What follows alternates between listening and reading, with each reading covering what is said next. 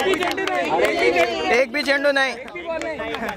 आणि आता अजून 7 चेंडू मध्ये 6 धावांची आवश्यकता हा सामना जिंकण्यासाठी.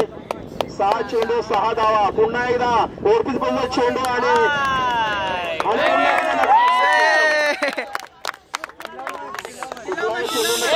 4 धाव संख्या झाली ते ए पाटलाचे. ए पाटील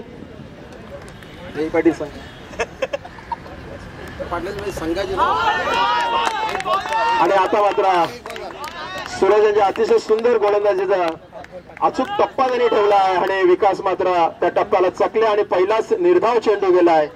1 चेंडू अखेर धावसंख्या झाली ती 4. बिनबाद 4. 5 चेंडू मध्ये जिंकण्यासाठी 5 धावांची आवश्यकता ए पाटील आहेत संघाला.